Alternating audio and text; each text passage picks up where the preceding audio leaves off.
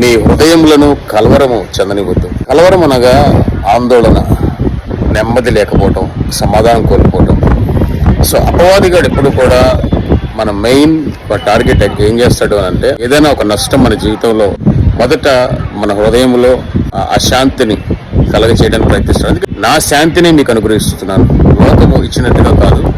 అంటే లోకం ఇచ్చే శాంతి కాదు, కానీ పరలోక సంబంధమైన శాంతిని మీకు అనుగ్రహిస్తున్నాను. దిగులు పడవద్దు, వెరవద్దు మీ హృదయాన్ని. అపవాదిగాడు విరవవచ్చు, అలాగే వాడు పేటరేగిపోవచ్చు, మన శాంతి గురి చేయొచ్చు, గందరగోళాన్ని సృష్టించవచ్చు, అలాగే నెమ్మది లేకపోవటం, ఇలాంటి అన్నాగాలు వాడు పలుతూ విర్రవీగుతున్నాడైతే కలవరము చెందొద్దు, నా శాంతినే మీకు అనుగ్రహిస్తుంది. కాబట్టి దీన్ని నమ్ముదాం, క్లెయిమ్ చేసుకుందాం. పరలోక సంబంధమైనటువంటి కృప మనకుంది, దేవుని వాగ్దానం మనకుంది. ఖచ్చితంగా ప్రభు మన సమస్యలో నుంచి, మన ఆందోళన నుంచి మనం తప్పిస్తారు. కలవరంలో నుంచి ప్రభు నేను తప్పించగలరని ధైర్యం కలిగి ప్రభు వాక్యాన్ని బట్టి నిలబడదాం. ప్రభు కృపను పొందుకుందాం.